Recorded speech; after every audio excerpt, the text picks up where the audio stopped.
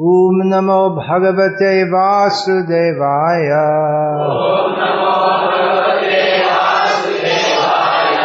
Om Namo Bhagavate Vasudevaya. Om Namo Bhagavate Vasudevaya.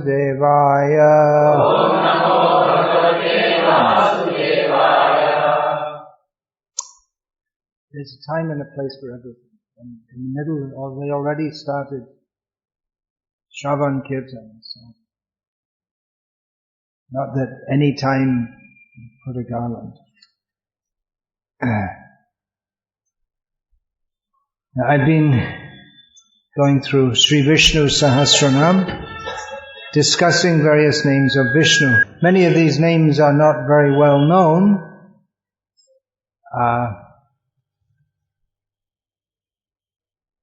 It's difficult for us, especially in Kali Yuga, to remember 1,000 names. I mean, we can memorize Vishnu Sahasranama, but if we meet someone, generally we know them by one name. A person may have a few names. He may be known in his office as Mr. Srinivasalu, or if he's the bank manager, he may be known as Manager Sahib. At home, he may be Papa.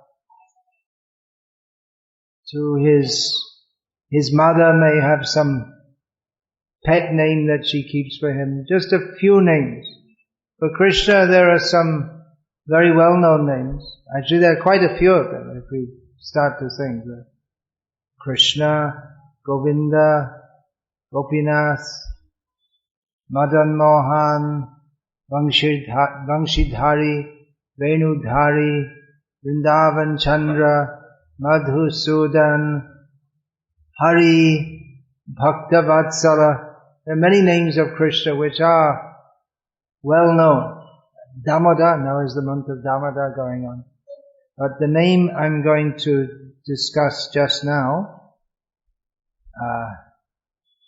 that's not a very well known name, and even if we say it, you may not know, you may not understand what it means.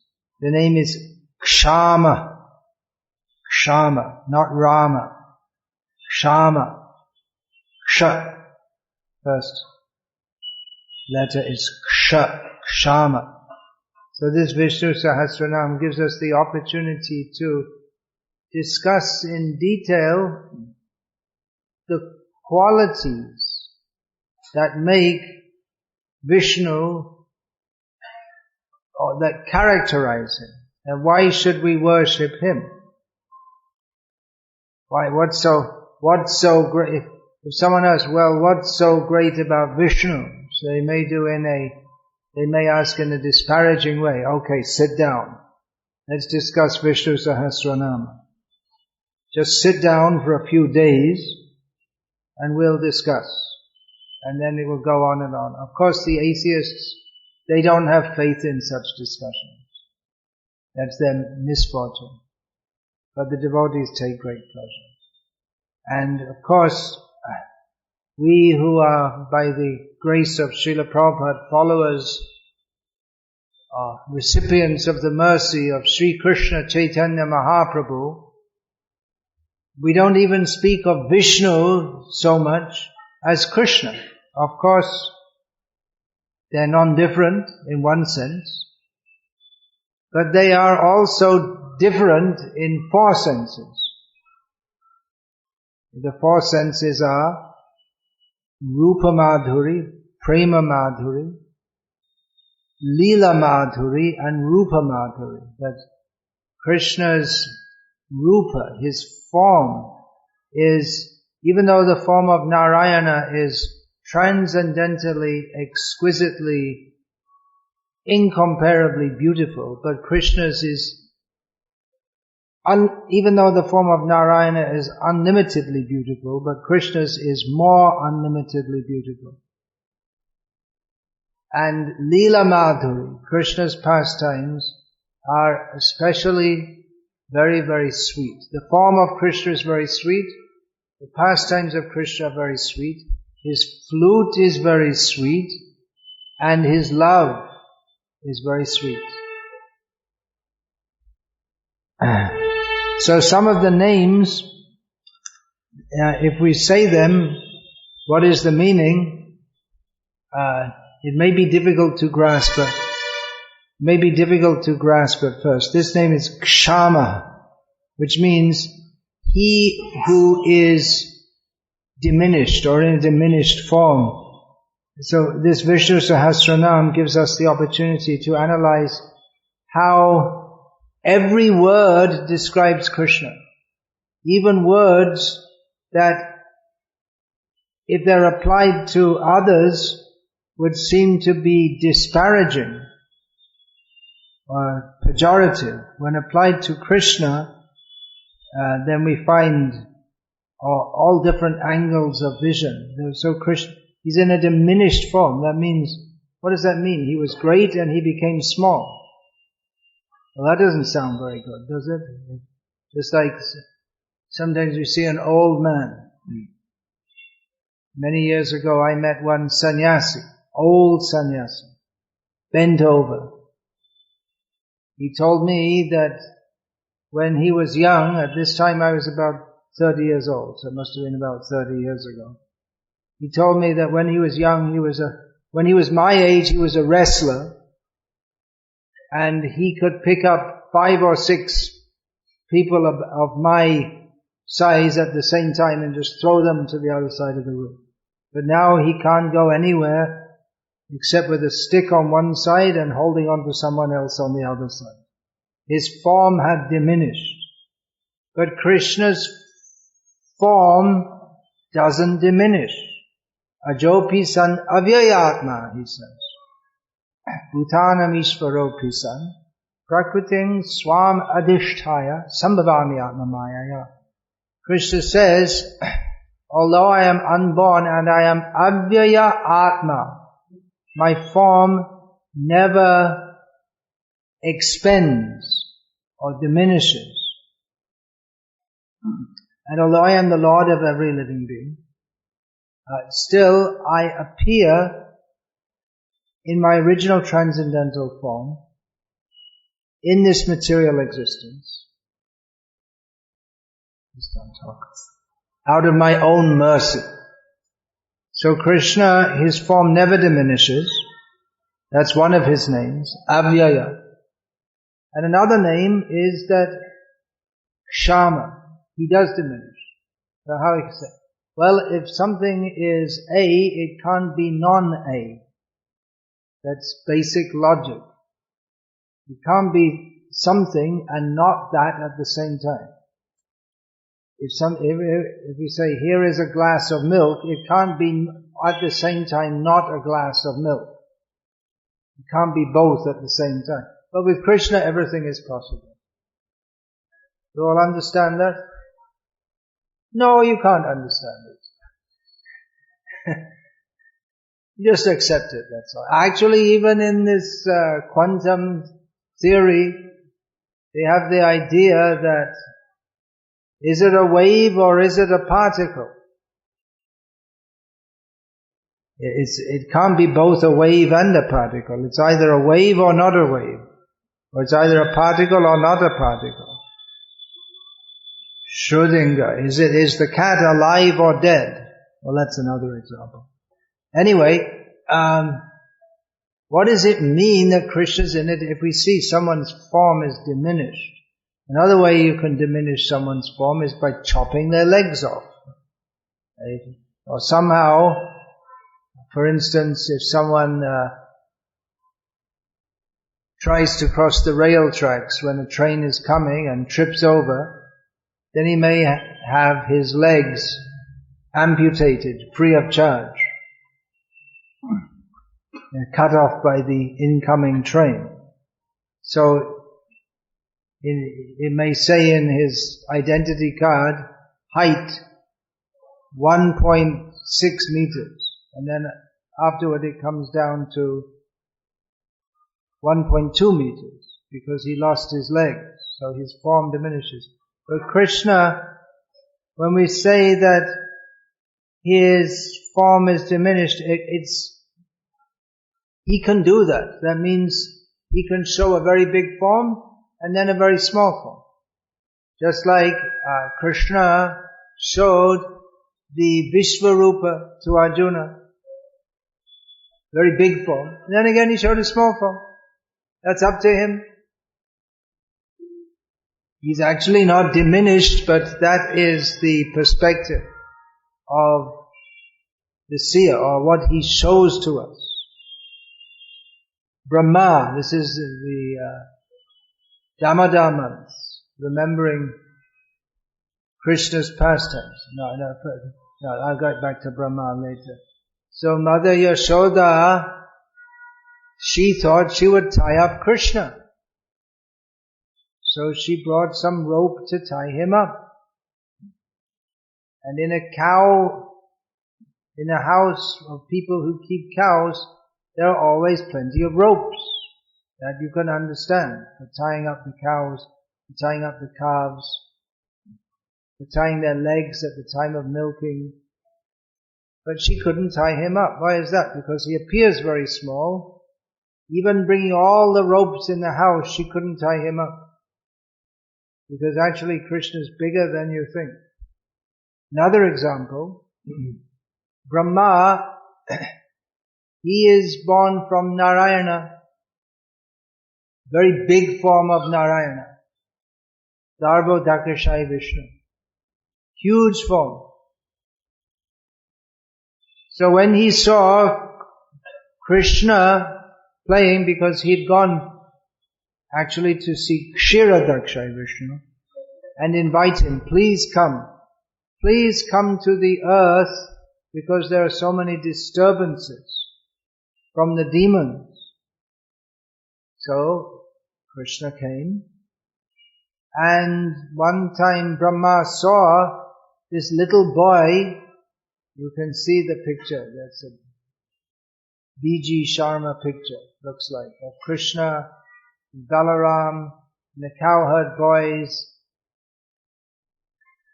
And if we think about God, all majestic, all powerful, being praised, it doesn't look like God, because he's just playing with some cows. So Brahma, he was under the conception that God must be very big. And here's a little boy, Krishna, he's just a little boy. And he's not even very important. He's just living in some jungle. But then, after Brahma had stolen Krishna's playmates and his calves, then Krishna remanifested the calves. You go to the back. Go sit at the back. He manifested himself as all the calves and the boys. And Brahma came, and he saw that each of these forms was a Vishnu form expanded from Krishna.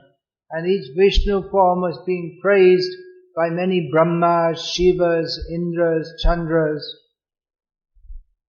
Then he understood, oh, I made a mistake.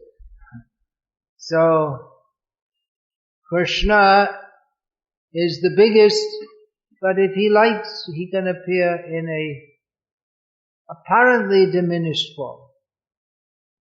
Another example is Vamanadev, just a little dwarf. It means very small. But he expanded himself to be so big that in 2 steps he covered the whole universe. And then again he became very small. So he's known as Urukrama, one who made very big steps. But he'd promised, he'd taken a promise from Bali Maharaj that he would take 3 steps of land belonging to Bali Maharaj. So he'd only taken 2. He said, you cheated me. You said you're going to give me 3 steps, but you don't even have enough land to give me. You were saying I can give you. You said to me, why are you only taking 3 steps? I'll give you more. But with 2 steps I covered everything that you have. So you're just a big bluffer. You're just a big talker. You can't actually, you only had 2 steps to give me. You don't have any more. So then Bali Maharaj offered his head, and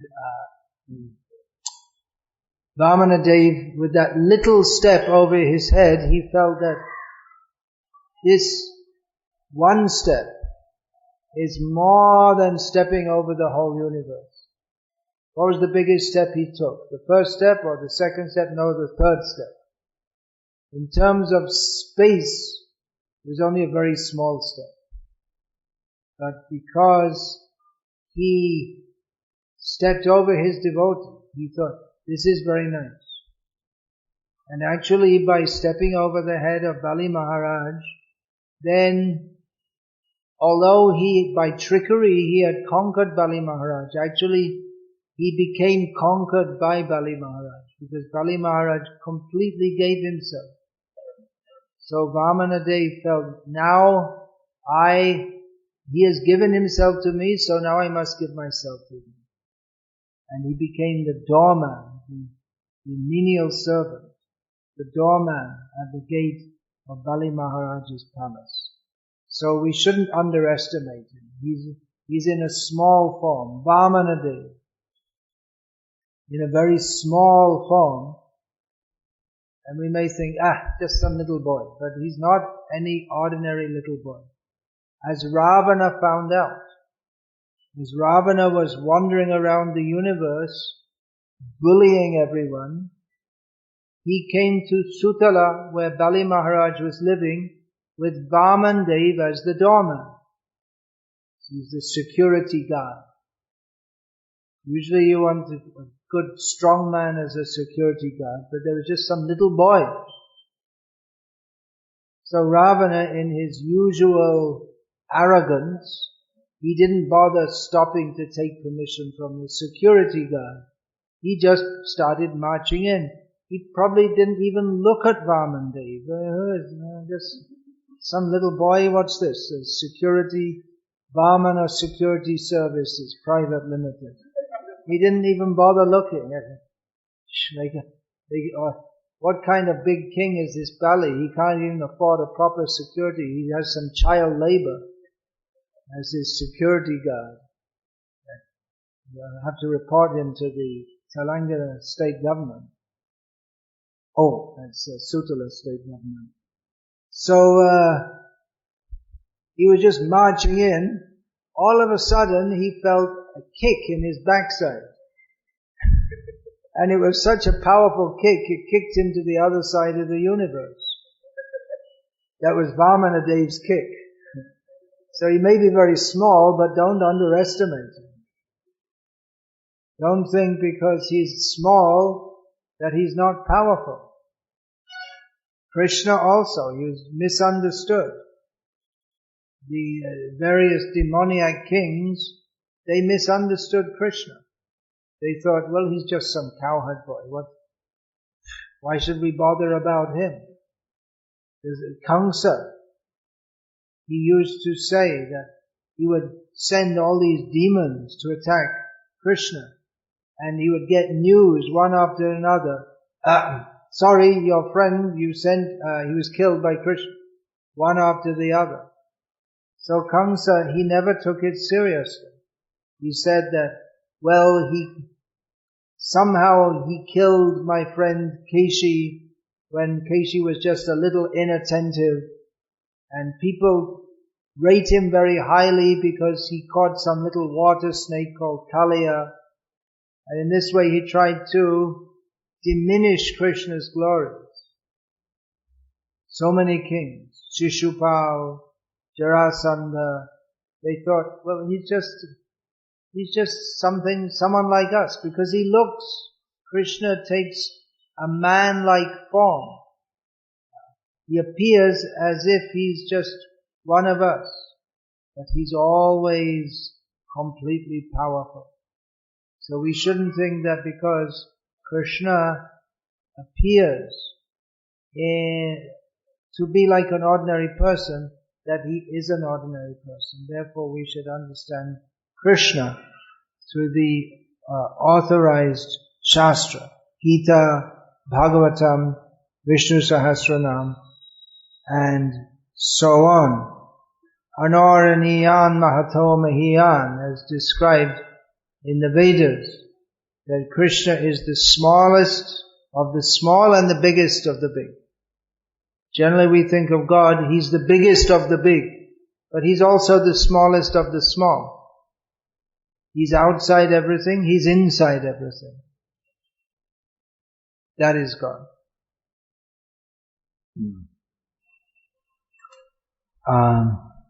He's Baladev Vidya Bhushan, our Gauriya Vaishnav commentator on the Vishnu Sahasranama, gives the meaning that he, of this name Ksamah, he is within all the planets. Now the scientists have various theories that the planets are all holding each other in position by gravitational force. There's a problem with that theory. Even they, I'm not saying it, they recognize themselves that according to their theory, the universe needs a lot more mass in it. They say gravity is produced by mass. But there's not nearly enough mass in the universe to generate all the gravitational force that we see. So, never mind, the scientists, they discovered this problem and then they came to the rescue. They invented invisible mass, dark matter. You can't see it, touch it, taste it, smell it or feel it, but it must be there, otherwise our theory doesn't work. This is called science. Sometimes they say, can you show us God? Why are you demanding to see God? Well, if you can't see, it's not scientific. That's what they say. But they make up these theories that there's dark matter, and then there's dark energy, and then they make up all these things because their theories don't work. But actually who's holding all the planets is Krishna. He is the principle. He is the controller by which all the planets stay in their orbits. Yasya prabha bhavato jagadanda koti kotishva shesha vasudhadi vibhuti bhinnam tad brahma nishkalam anantam shesha bhutam govindam adi purusham tamaham bhajami. Govinda, that Krishna who is dancing with the cowherd boys and the cowherd girls on separate occasions, who is the original personality of Godhead, He maintains all the planets in their orbits, He enters into them, and He ordains for them different atmospheres. So it's Krishna who holds everything together. And maybe scientifically you can explain it some way or other. The gravity theory seems to be outdated or in trouble. Another meaning is, because each Sanskrit word you can analyze it in different ways. So another meaning is that He who remains without any scarcity or insufficiency. In this material world, especially in this Kali Yuga, we're always afraid that we won't be able to pass our life. Will we be able to pass our life with everything that we need?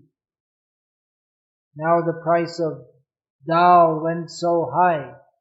People are afraid if it goes higher, then we'll have to stop eating dal. Then the price of rice and everything will go so high, and then what will we eat? The government is trying to promote all different industries. There's the answer. We'll eat our cell phones. Please turn your cell phones off. They're promoting industries, but you can't eat computer chips. Well, I guess you could, but it's not a very healthy diet.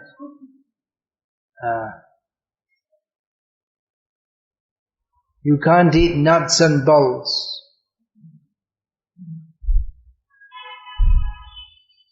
The people are in anxiety.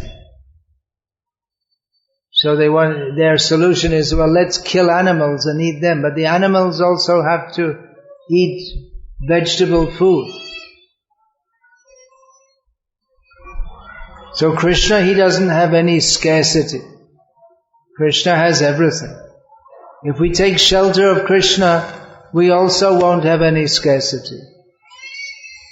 But if we take shelter of Krishna thinking, Krishna, just give me whatever I want. Give me food, give me money. Dhanam dehi, rupam dehi, rupavati bharya dehi. This prayers to Durga are like this. Give me money, give me beauty, give me a beautiful wife. But this is not bhakti. There's no love. Simply asking, give us this day our daily bread. There's no love. Give me this, give me that. It's like a spoiled child. Hey, Papa, give me this, give me that, give me that, give me that. There's no love. Anyway, he's giving, but if the child appreciates, then the parents, their love for their child, anyway the parents love the children, even if the children are brats. But if the child reciprocates, and they're loving in reciprocation, then the love of the parents increases over and over. So in the same way with Krishna, instead of going to him with our shopping list, give me this, give me that. If instead we are appreciative of Krishna, then he will be very pleased to give us everything as an exchange of love. This bhakti, people should understand what is this bhakti. What is bhakti? It's not simply you worship and you get something back. But real bhakti means we don't want anything from Krishna. We just want to serve him out of pure love. It's an exchange of love.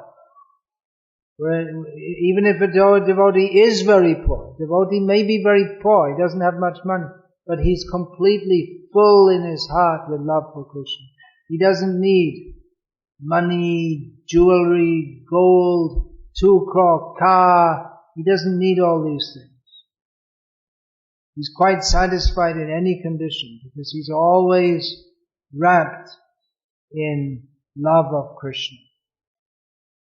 So this religion of give me this, give me that.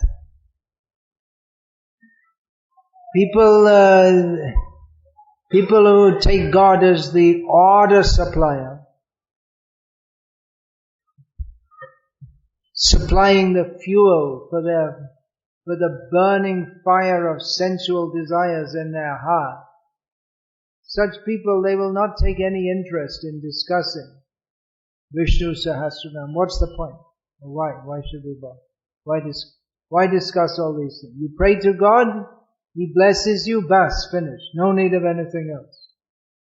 For those who have love for Krishna, they like to discuss. This is their pleasure.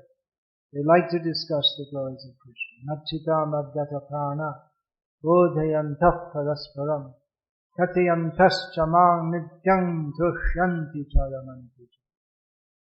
This very sweet verse in Bhagavad Gita, Krishna says that devotees, they've made me one with their mind.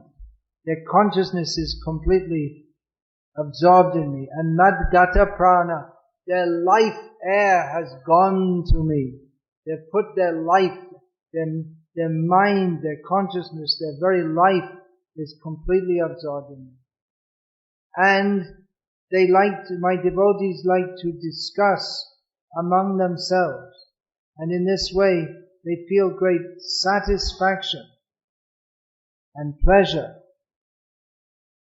by discussing about me. So this is Bhakti Ras, which devotees they can appreciate. Those who take God as a supplier of bread, they cannot appreciate. I think for South India they have to change that. Give us this day our daily rice. Or give us this day our idlis. Today is a special day. We'll eat idiyappam. Give us, give us, give us. But devotee finds pleasure, patrang pushpang phalang tayam yome bhaktya prayachati. Tadahang bhaktyupahrishtam ashnami prayatatmana. Devotee takes pleasure in offering Krishna fruit, flower, leaf and water, and Krishna takes pleasure in eating that. Ashnami, he says, I eat it.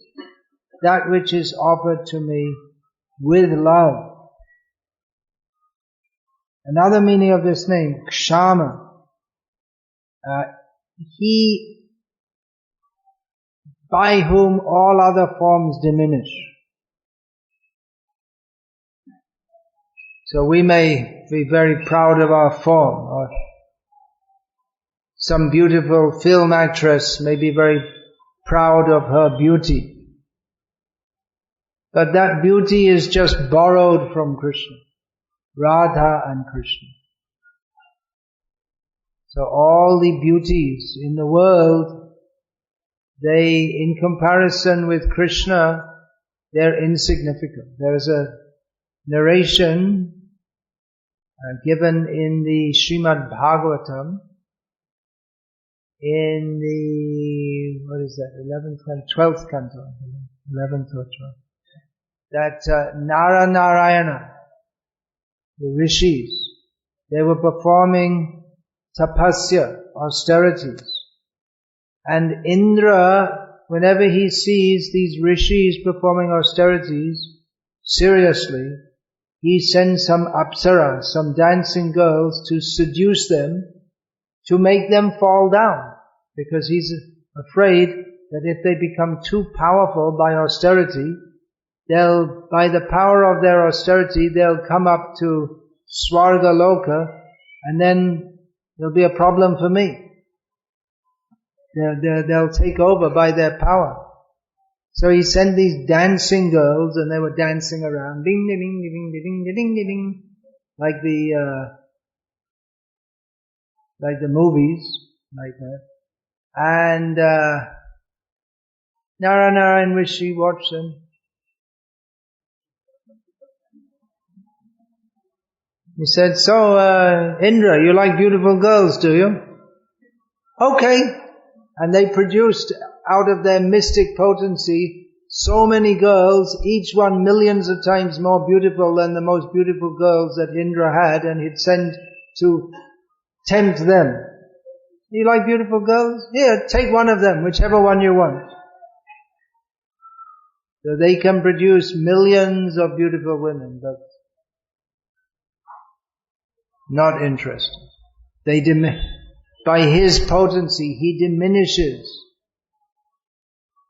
the potency of those who think, I am very great. If anyone thinks I am very great, Krishna, in the form of time, cuts them down, one after another. So many big men, so many great men were there in the 20th century. So many great men here in India, Gandhi, Nehru, Subhash Chandra Bose, Sardar Patel, all great men, they're all cut down by time. They were gone. Where are they now? Their names are just there. They're gone. Everyone is cut down by Krishna in the form of time. But for his devotees, Krishna not only doesn't diminish them, but he expands their glories. He lifts them up. Even if a devotee doesn't want to be glorified, Krishna, he wants that his devotees will be glorified. So when the whole universe is diminished and finished, Krishna remains. That's another meaning of the name Ksamah. The remainder, the leftover, whatever is left over, he remains. He is permanent. He is eternal. I'll just go through one more name now. Name 445 in this edition. Samihanah. That's another name. Someone asks you, which God do you worship? Who is your Ishta Deva? And you say Samihanah. Which? Who? What? Samihanah. Which one is that? Vishnu. Those who know Vishnu Sahasranama, they will know this name. But nowadays people don't know. Previously so many people knew. Now they don't know. They know the name of cricket stars and politicians and film stars, but they don't know the names of Vishnu. They've all become fools and rascals and lowest of mankind. This is India Today. There's this magazine, India Today. I presume it's still running on. India Today means all the rascals, that's all. All simply rascals. So, Samihanah Baladev Vidyabhushan gives the meaning that pious and intelligent persons aspire to attain him. As Krishna states in Bhagavad Gita, all these names can be understood in relation to Gita. All the descriptions are given in Gita and Bhagavatam. Yeshang tvantagatam papam jananang punya karmanam vidvanva moha nirmukta bhajante mangyadagataha.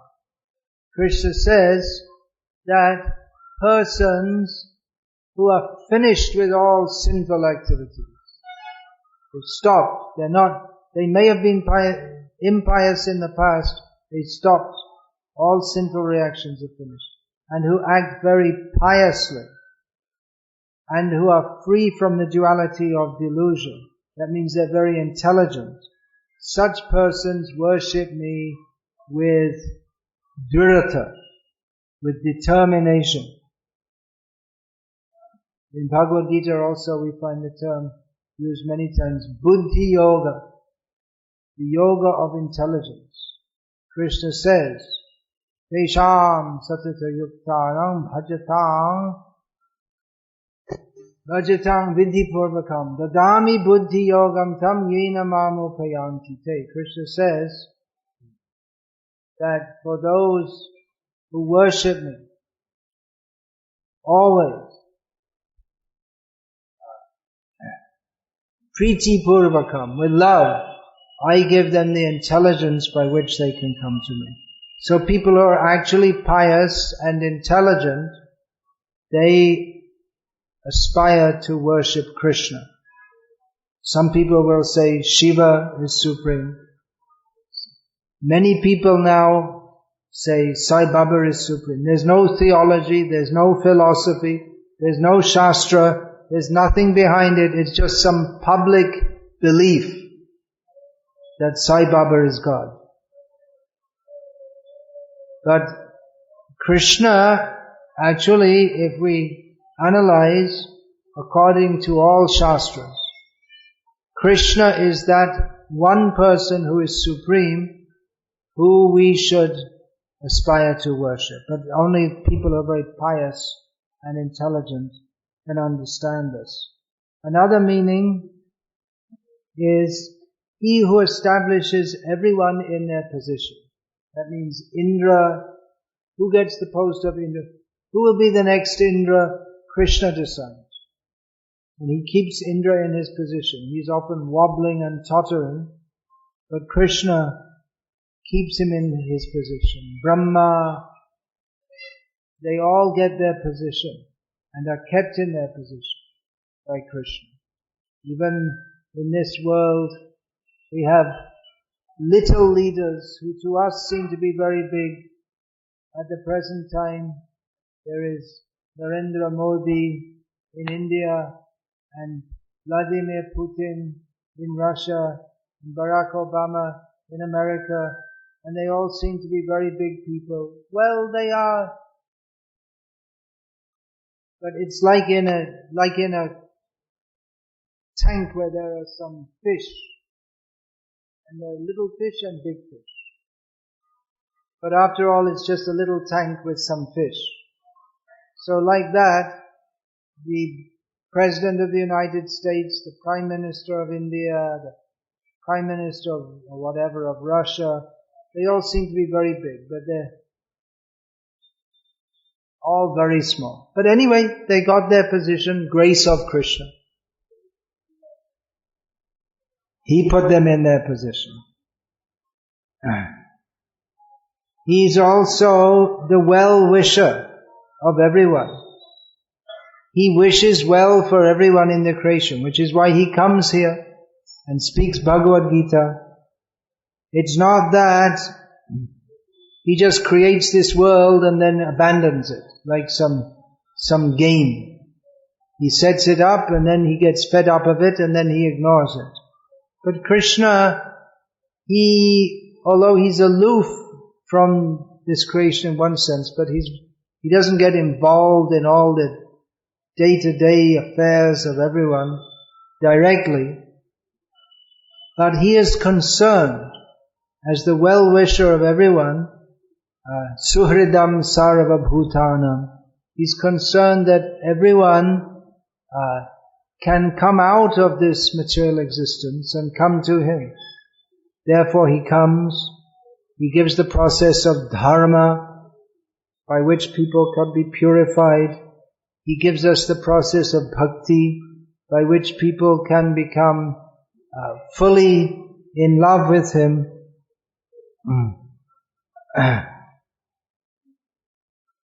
So Krishna is the well-wisher of all living beings, of the whole creation. Jagat, that name is there. Namo Brahmanya Devaya, Go Brahmana Hitaya Cha, Jagat Hitaya Krishnaya Govindaya Namo Namo. So Jagat Hit, one who desires the welfare of the whole creation.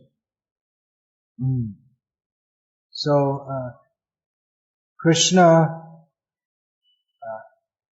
his name is Samihanah, is derived from a Sanskrit root which means to desire, to strive for. So Krishna doesn't have to strive for anything, but he gets others into a position in which they have to work in various ways. He sets the Deva. He can personally oversee all the affairs of the creation, but he puts the demigods like Indra and Chandra and Vayu, he puts them into their positions so they can do some work, they can have some service for him. He doesn't need them. He can do everything himself, but he puts them in their position so they can do some service to him. So, Hare Krishna, I'll finish there. For now, just for now, there are many more names to speak on. 445 means there are another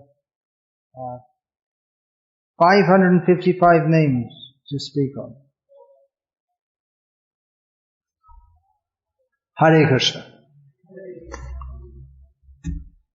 Any question about this place?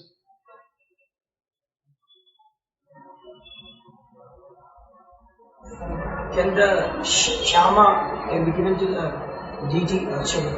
Can Ksamah be given to, can that name be given to the deity form? Yes, just as Krishna himself, although he is everything, Vasudeva Sarvamiti, he appears in a human-like form. So deity also, he appears in a form suitable for us. That is his kindness. As Srila Prabhupada once explained, if we had to worship the Virata Rupa, the Vishvarupa, the huge form of Krishna, then it would be very difficult to dress him. All the cloth factories in the world, we wouldn't be able to produce enough cloth to dress him. But he appears in a small form, so it's very convenient for us to dress him. That's his kindness. He appears in the deity form. So Hare Krishna. We'll finish there. Hare Krishna. If you want to put this garland, you can put it now. Not in the middle when we're already started. Kirtan and Katha. Alright. Hare Krishna. Hare Krishna. Yeah. So, what's going on? You want to talk about that then?